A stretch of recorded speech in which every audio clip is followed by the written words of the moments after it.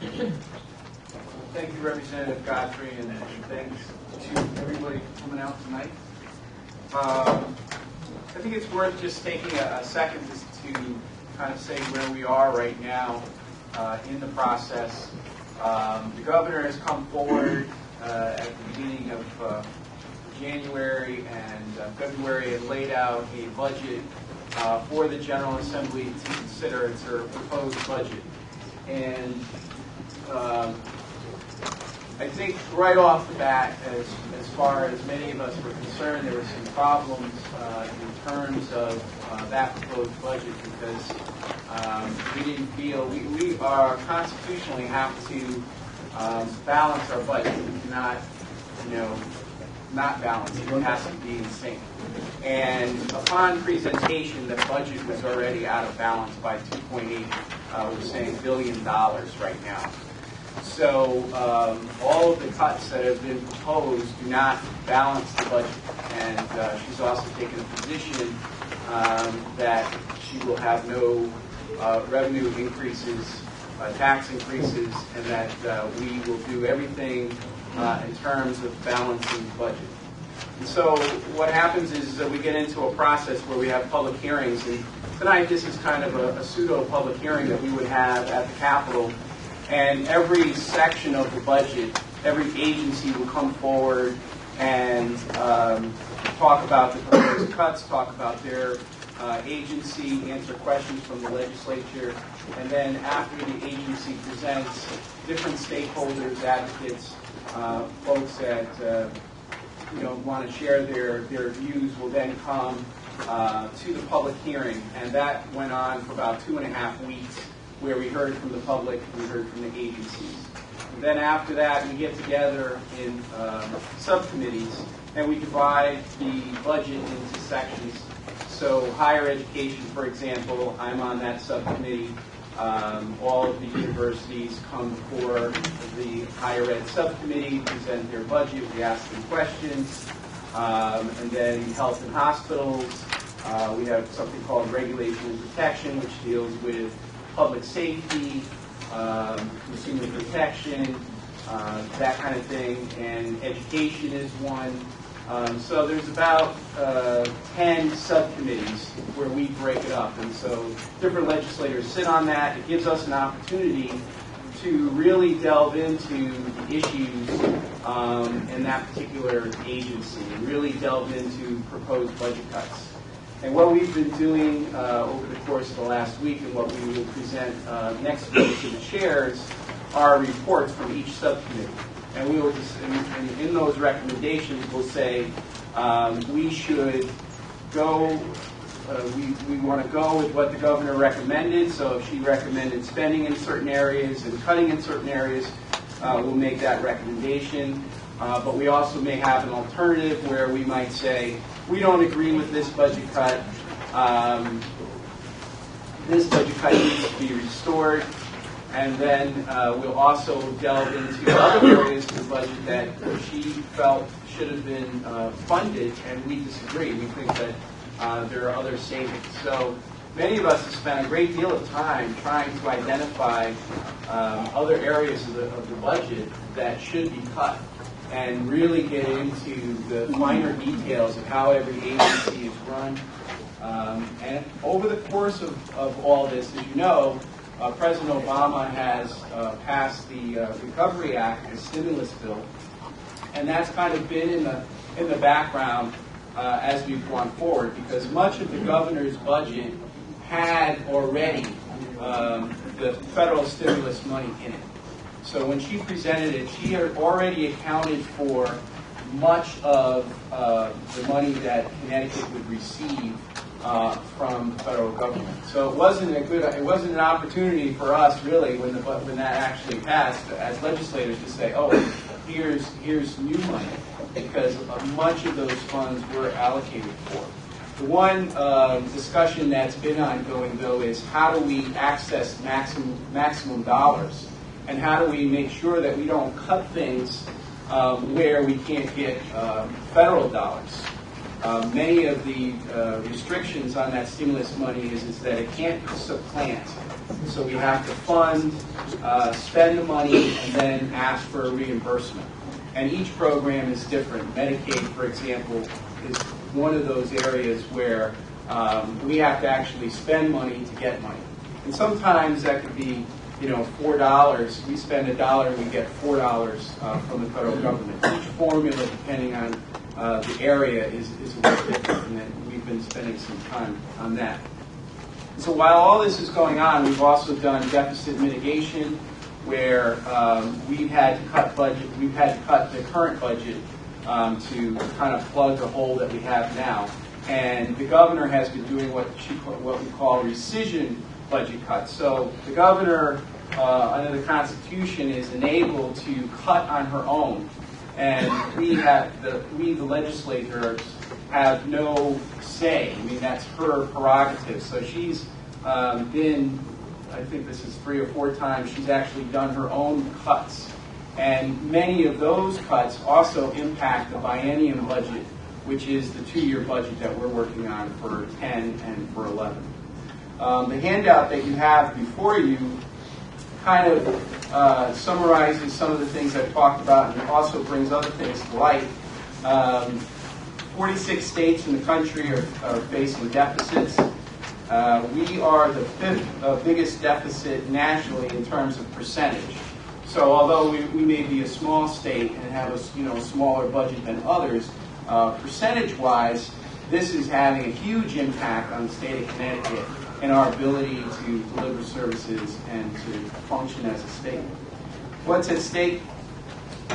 This gives you an idea of other states and what they've done in terms of cuts. 26 states have cut K through 12 education funding. The governor has come forward and has said that she is not going to cut ECS grants to the towns and the cities.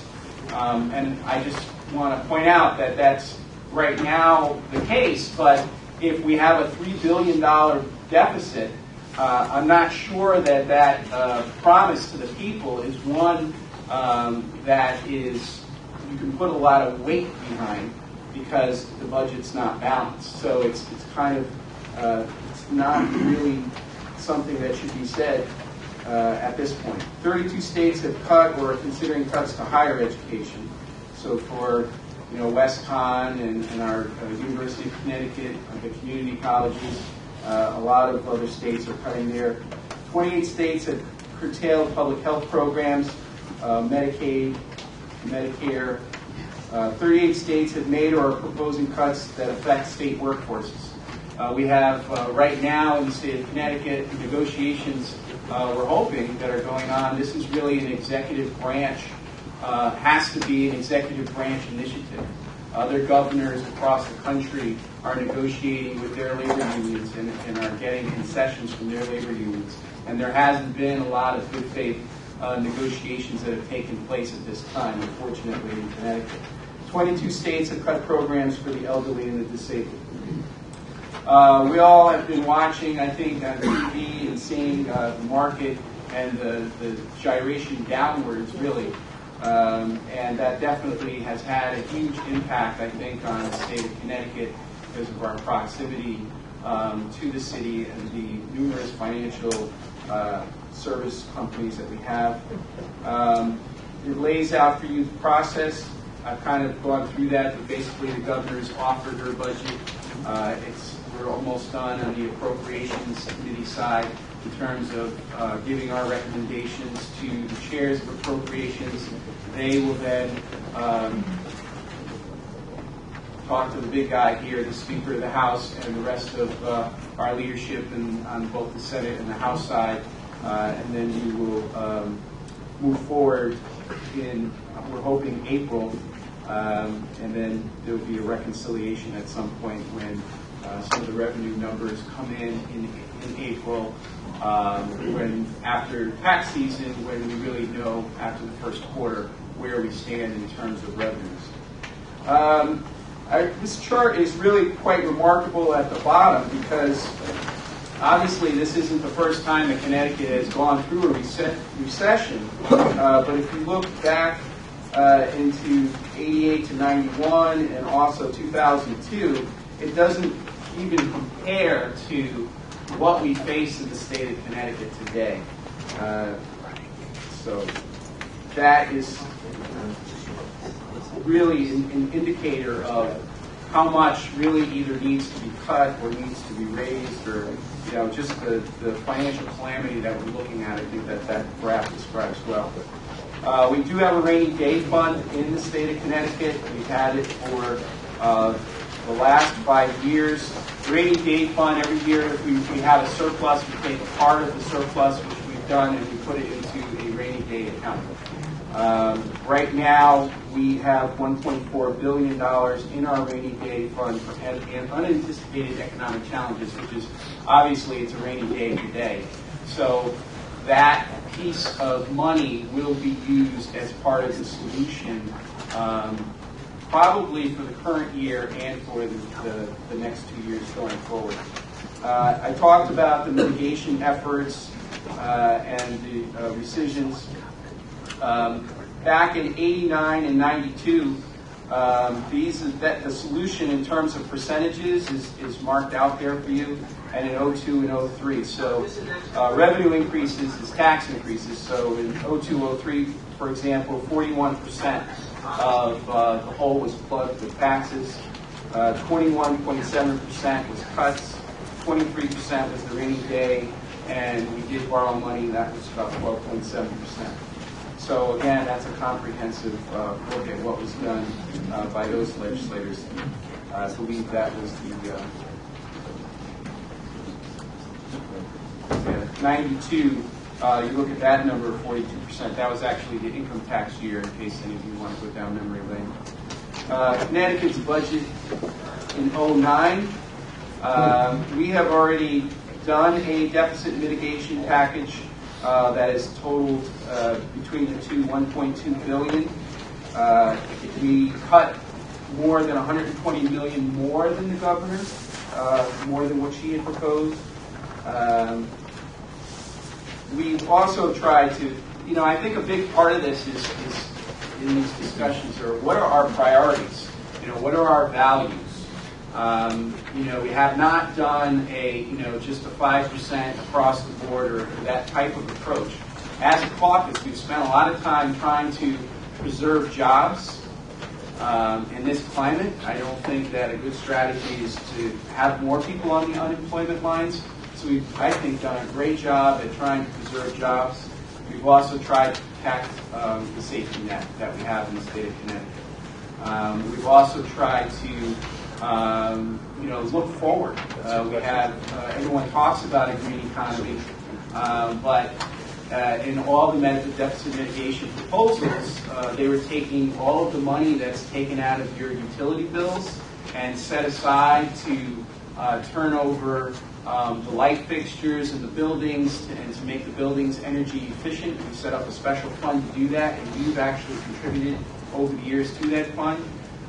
One of the proposals was to sweep all that money and stop all that work, which means a lot of people lose jobs because they're employed in this industry, and use that to cover the deficit. And as a caucus, we have said, you know what, that doesn't make any sense. We're trying to get into a green economy. We want more green jobs. And this is money that our ratepayers have put into this account so that they can, retrofit buildings and retrofit their homes. And that should be something that we continue to do. And so that's just one example of what we've tried to do as legislators in terms of, making smart, sensible decisions going forward. Below we have the graphs.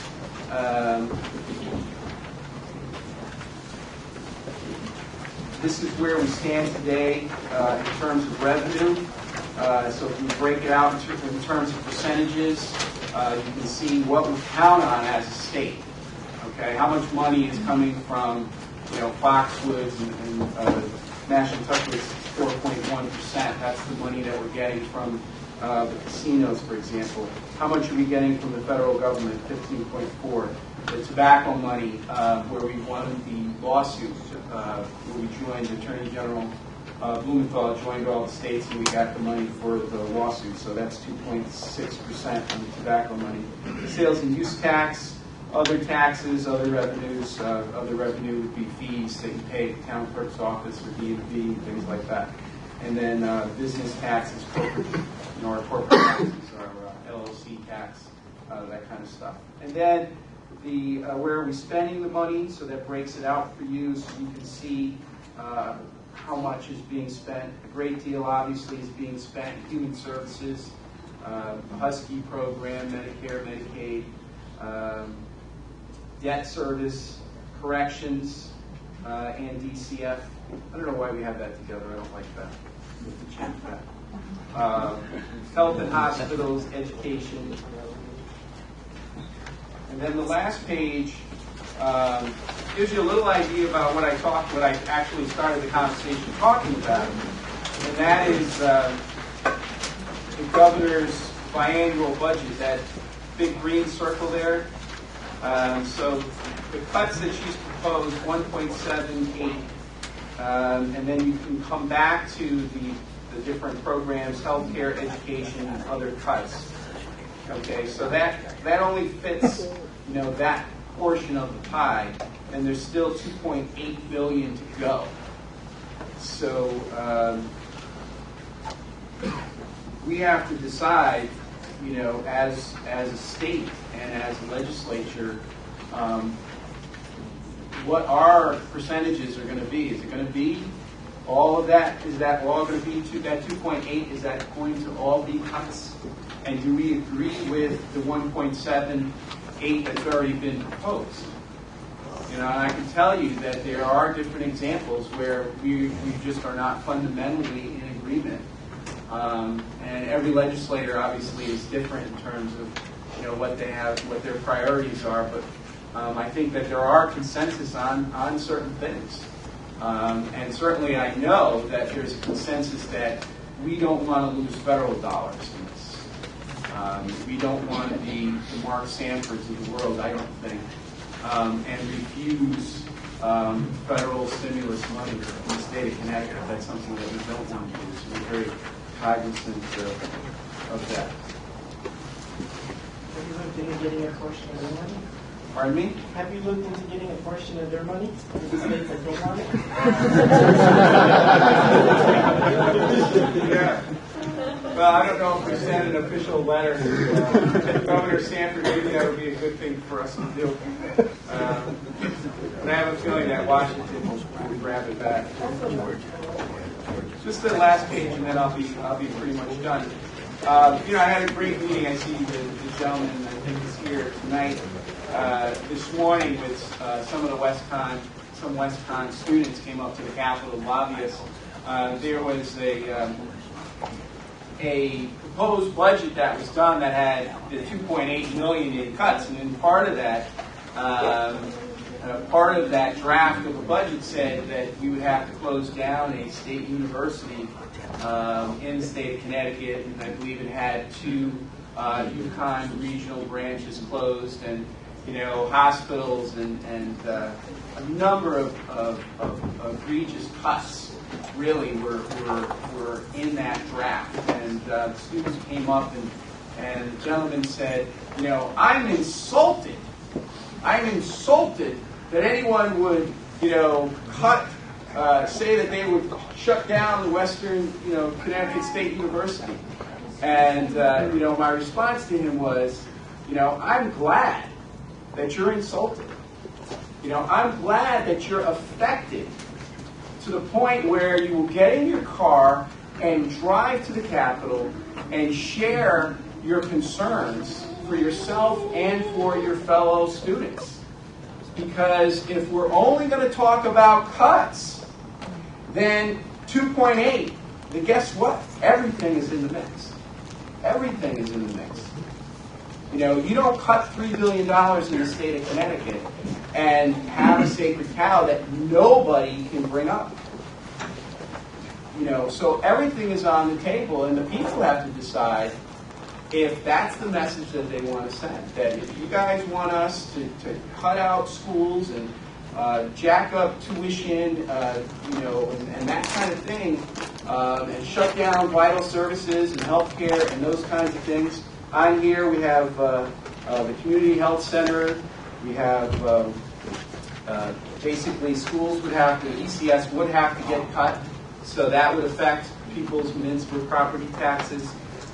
We'd have to shut down parks. I remember back in the Liker days, parks were definitely closed back then, and cut funding to our various hospitals. So, this process will affect, everyone has to share the pain. There's absolutely no two ways about that. And it's a matter of sharing the pain and doing it in a way that, one thing, we got to still grow our economy. We have to grow out of this. We have to create jobs. So how do we, cut things that make sense and still grow our economy and still protect, our safety net and still invest in things like green energy and still invest in young people, whether they be in the secondary system or whether they be in higher education, because education is one of the things that's going to be a driver going forward for our state. So I think I'll let Speaker, or Bob, who's next?